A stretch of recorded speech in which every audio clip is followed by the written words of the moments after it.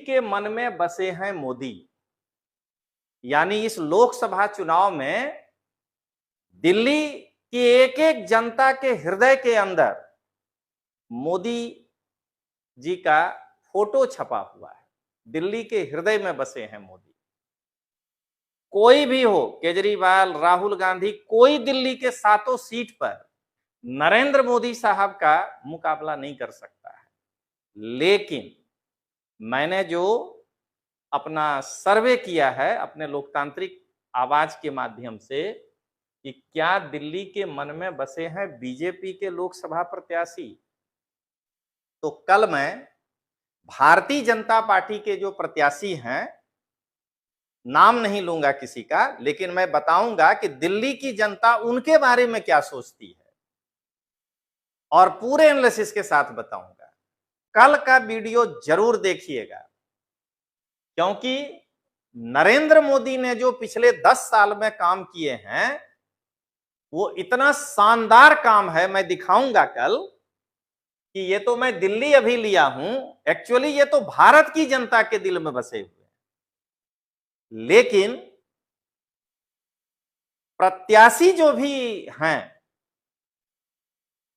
वो जनता से दूर हैं और वो मोदी जी के भरोसे ही लोकसभा में पहुंचना चाह रहे हैं।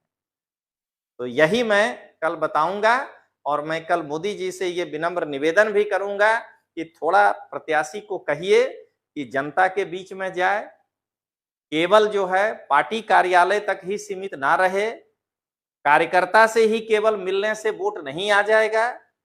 और मैं बताऊंगा आपको कि ये लोग क्यों जीत जाएंगे बिना कोई काम किए हुए, क्योंकि इनके सिर पर नरेंद्र मोदी साहब का हाथ है। तो दिल्ली की एक एक जनता नरेंद्र मोदी साहब से इतना खुश है कि उनके दिल में बसे हैं मोदी। लेकिन प्रत्याशियों का अपने क्षेत्र में क्या हाल है आज मैं कुछ नहीं बताऊंगा, कल मैं बताऊंगा कि दिल्ली के जो 7 सीट से चुनाव लड़ रहे हैं उन प्रत्याशियों का उनके क्षेत्र में क्या हाल है, और मैं उस पर काफी डिटेल्स बताऊंगा। इस लोकसभा चुनाव में हम ऐसे 2 युवा प्रत्याशियों को लेकर आए हैं जिसकी जानकारी आपको देंगे। एक हैं रविंद्र सिंह भाटी, जो कि बाड़मेर जैसलमेर लोकसभा सीट से निर्दलीय उम्मीदवार के रूप में चुनाव लड़ रहे हैं, और दूसरे चैतर वसावा जी, जो भरूच लोकसभा से केसीके के पार्टी, कट्टर करप्ट केजरीवाल के पार्टी आम आदमी पार्टी से चुनाव लड़ रहे हैं। नमस्कार दोस्तों, लोकतांत्रिक आवाज में आपका स्वागत है। मैं रजनीश सिंह तोमर, राष्ट्रीय संयोजक लोकतांत्रिक आवाज में भारत की जनता को हाथ जोड़कर नमस्कार करता हूं। दोस्तों, आज जो है लीक से हटकर हम एक नया वीडियो आपके लिए लाए हैं। इस लोकसभा चुनाव में हम ऐसे 2 युवा प्रत्याशियों को लेकर आए हैं जिसकी जानकारी आपको देंगे। एक हैं रविंद्र सिंह भाटी, जो कि बाड़मेर जैसलमेर लोकसभा सीट से निर्दलीय उम्मीदवार के रूप में चुनाव लड़ रहे हैं, और दूसरे चैतर वसावा जी, जो भरूच लोकसभा से केसीके के पार्टी, कट्टर करप्ट केजरीवाल के पार्टी आम आदमी पार्टी से चुनाव लड़ रहे हैं। आज इन दोनों का आपके सामने विश्लेषण करूंगा। लेकिन दोस्तों, विश्लेषण करने के पहले मैं कल एक बहुत अच्छा एनालिसिस आपके लिए लेकर आ रहा हूं, डिटेल्स, कि दिल्ली के मन में बसे हैं मोदी। यानी इस लोकसभा चुनाव में दिल्ली की एक एक जनता के हृदय के अंदर मोदी जी का फोटो छपा हुआ है। दिल्ली के हृदय में बसे हैं मोदी। कोई भी हो, केजरीवाल, राहुल गांधी, कोई दिल्ली के 7 सीट पर नरेंद्र मोदी साहब का मुकाबला नहीं कर सकता है। लेकिन मैंने जो अपना सर्वे किया है अपने लोकतांत्रिक आवाज के माध्यम से कि क्या दिल्ली के मन में बसे हैं बीजेपी के लोकसभा प्रत्याशी, तो कल मैं भारतीय जनता पार्टी के जो प्रत्याशी हैं, नाम नहीं लूंगा किसी का, लेकिन मैं बताऊंगा कि दिल्ली की जनता उनके बारे में क्या सोचती है और पूरे एनालिसिस के साथ बताऊंगा। मोदी जी से मेरा विनम्र निवेदन है कि प्रत्याशी को कहें कि वो जनता के बीच में जाए। तो कल आप लोग देखना नहीं भूलिएगा कि मेरा जो अपना मतलब कि सर्वे कहता है कि दिल्ली की एक एक जनता नरेंद्र मोदी साहब से इतना खुश है कि उनके दिल में बसे हैं मोदी। लेकिन प्रत्याशियों का अपने क्षेत्र में क्या हाल है, आज मैं कुछ नहीं बताऊंगा। कल मैं बताऊंगा कि दिल्ली के जो 7 सीट से चुनाव लड़ रहे हैं उन प्रत्याशियों का उनके क्षेत्र में क्या हाल है, और मैं उस पर काफी डिटेल्स बताऊंगा। तो चलिए दोस्तों, अब हम लोग आज के इस पर आते हैं। सबसे पहले रविंद्र सिंह भाटी के बारे में यदि मैं कुछ बताना चाहूं तो इनका जन्म जो है बाड़मेर जिले के दुधोड़ा गांव में हुआ था, और उसी प्रकार जहां तक मुझे जानकारी है कि चैतर वसावा जी का जन्म भड़ुच लोकसभा के अंदर और नर्मदा जिला अब हो गया उसके अंदर डेडियापाड़ा में हुआ था। अगर दोनों के उम्र के बीच तुलना किया जाए तो मुझे लगता है कि 10 साल का अंतर है, क्योंकि चैतर वसावा जी 2009 में वीर नर्मद विश्वविद्यालय सूरत से ग्रेजुएशन किए हैं। तो रविंद्र सिंह भाटी जी 2019 में जेएनयू से जेएनवीयू से जय नारायण व्यास विश्वविद्यालय जोधपुर से पहले ग्रेजुएट हुए हैं और उसके बाद लॉ किए। तो अगर 2019 में ये लॉ किए हैं तो 17 में यूनिवर्सिटी में ग्रेजुएशन किए होंगे या 16 में, तो भी इनसे कम से कम 7-8 साल के छोटे हैं। खैर ये कोई अंतर नहीं है, ये समानता बता रहे हैं, यानी दोनों युवा हैं। चैतर वसावा जी जो हैं वो ओनली ग्रेजुएट हैं, लेकिन रविंदर सिंह भाटी ग्रेजुएट के साथ साथ एलएलबी है, यानी पढ़ाई में ये चैतर वसावा से 20 है। अब आइए, दोनों में एक बहुत बड़ी समानता है, वो ये कि रविंद्र सिंह भाटी का जन्म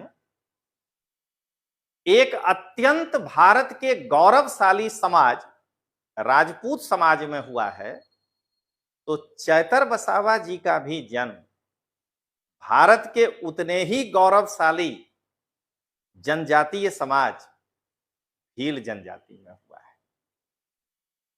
तो अगर दोनों के समाज को देखा जाए तो राजपूत समाज और भील समाज अगर उदयपुर के हिसाब से देखा जाए तो दोनों का सहयोग बहुत नजदीकी रहा है, और भील समाज हमेशा से एक प्रोग्रेसिव समाज रहा है और हमेशा उनका इतिहास गौरवमयी रहा है। गोविंद गुरु जी उसी समाज से थे। तो अब जन्म हालांकि अपने ऊपर तो है नहीं, लेकिन दोनों अत्यंत गौरवशाली समाज में जन्म लिए। लेकिन अब जब दोनों के व्यक्तिगत रूप से तुलना करेंगे तो आपको बहुत ही दोनों का रास्ता अलग दिखाई देगा। जब रविंद्र सिंह भाटी एबीवीपी से जय नारायण व्यास यूनिवर्सिटी में छात्र अध्यक्ष का चुनाव लड़ना चाहते थे तो इनको एबीवीपी मना कर दिया। अगर ये चाहते तो कांग्रेस से टिकट ले लेते, लेकिन नहीं, इन्होंने अपक्ष पर्चा भरा, निर्दलीय।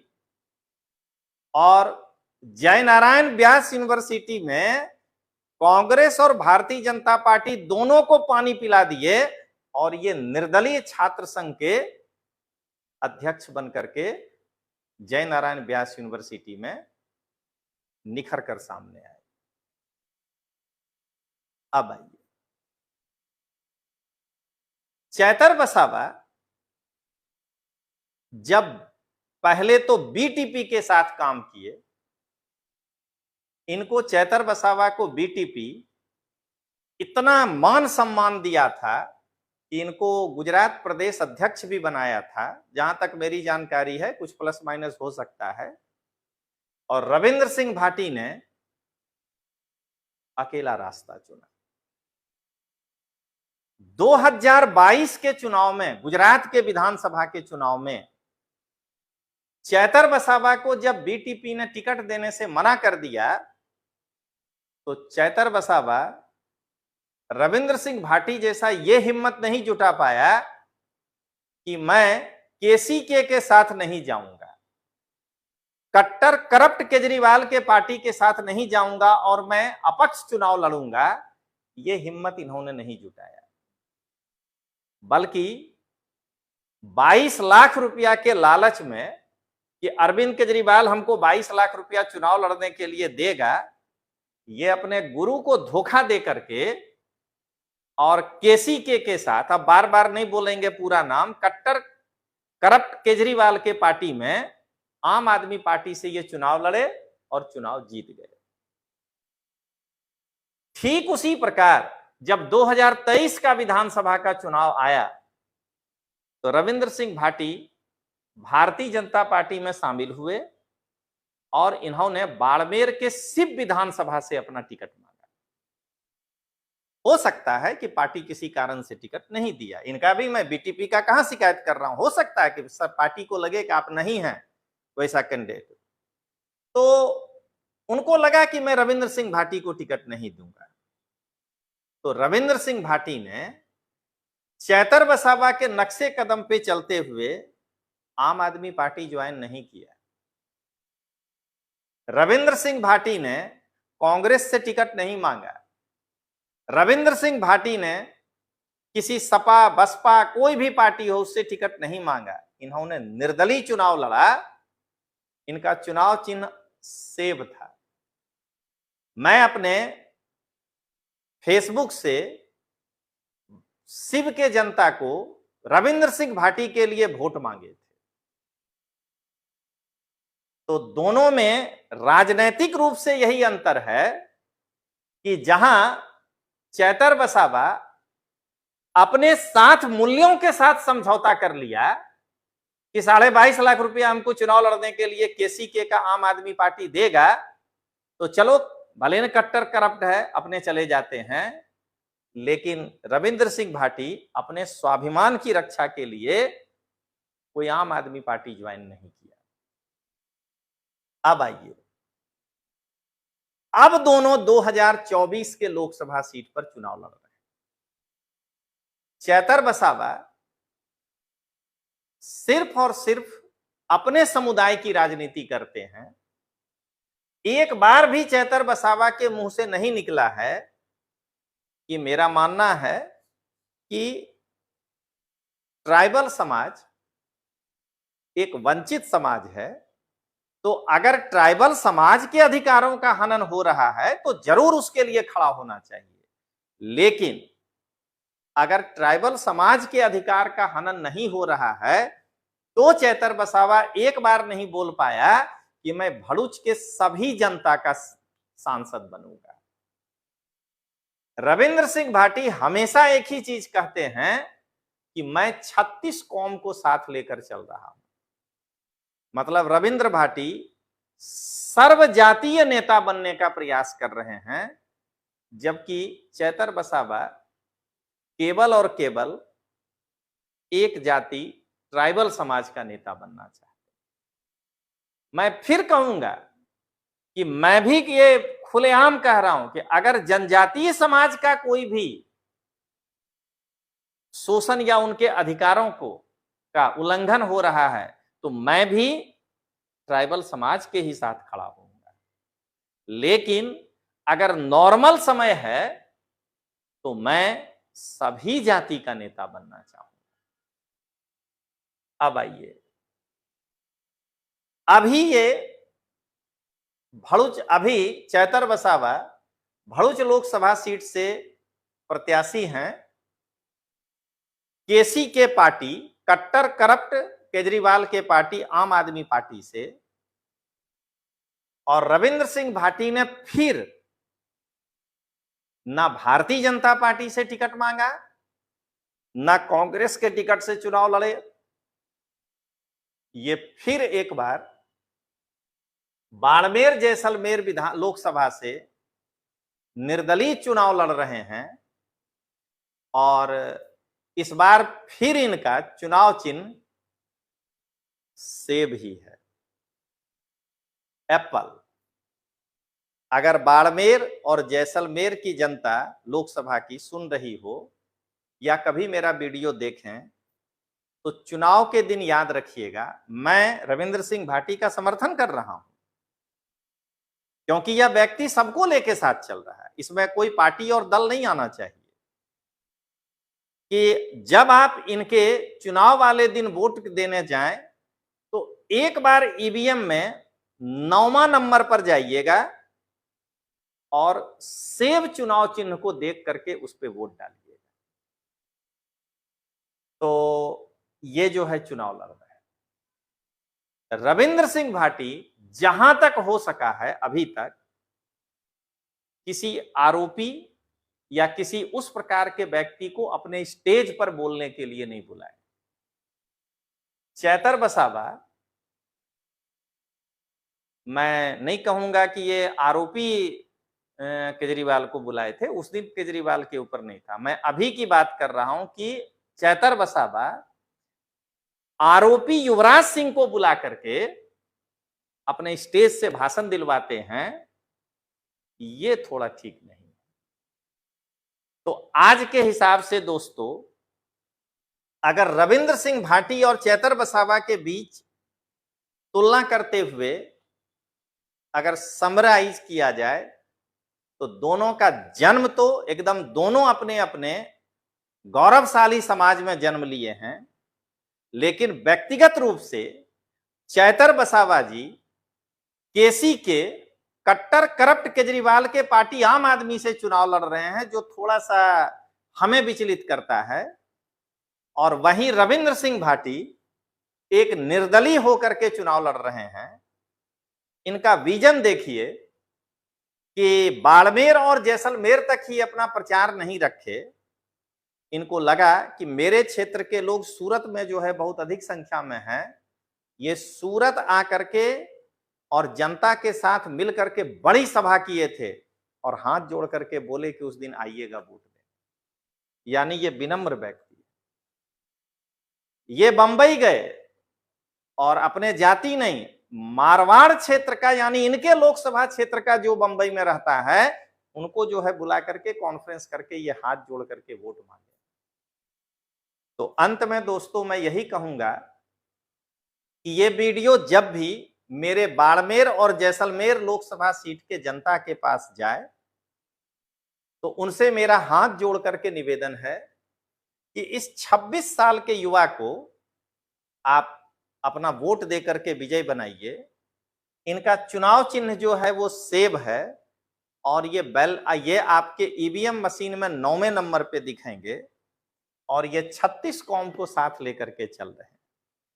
तो चलिए दोस्तों, मैं आगे बढ़ने के पहले इतना जरूर कहूंगा कि कल का वीडियो जरूर देखिएगा, क्योंकि नरेंद्र मोदी ने जो पिछले 10 साल में काम किए हैं वो इतना शानदार काम है। मैं दिखाऊंगा कल कि ये तो मैं दिल्ली अभी लिया हूं, एक्चुअली ये तो भारत की जनता के दिल में बसे हुए हैं। लेकिन प्रत्याशी जो भी हैं वो जनता से दूर हैं और वो मोदी जी के भरोसे ही लोकसभा में पहुंचना चाह रहे हैं। तो यही मैं कल बताऊंगा और मैं कल मोदी जी से ये विनम्र निवेदन भी करूंगा कि थोड़ा प्रत्याशी को कहिए कि जनता के बीच में जाए, केवल जो है पार्टी कार्यालय तक ही सीमित ना रहे, कार्यकर्ता से ही केवल मिलने से वोट नहीं आ जाएगा। और मैं बताऊंगा आपको कि ये लोग क्यों जीत जाएंगे बिना कोई काम किए हुए, क्योंकि इनके सिर पर नरेंद्र मोदी साहब का हाथ है। तो चलिए दोस्तों, मिलते हैं फिर, तब तक के लिए जय हिंद, जय जय गरवी गुजरात।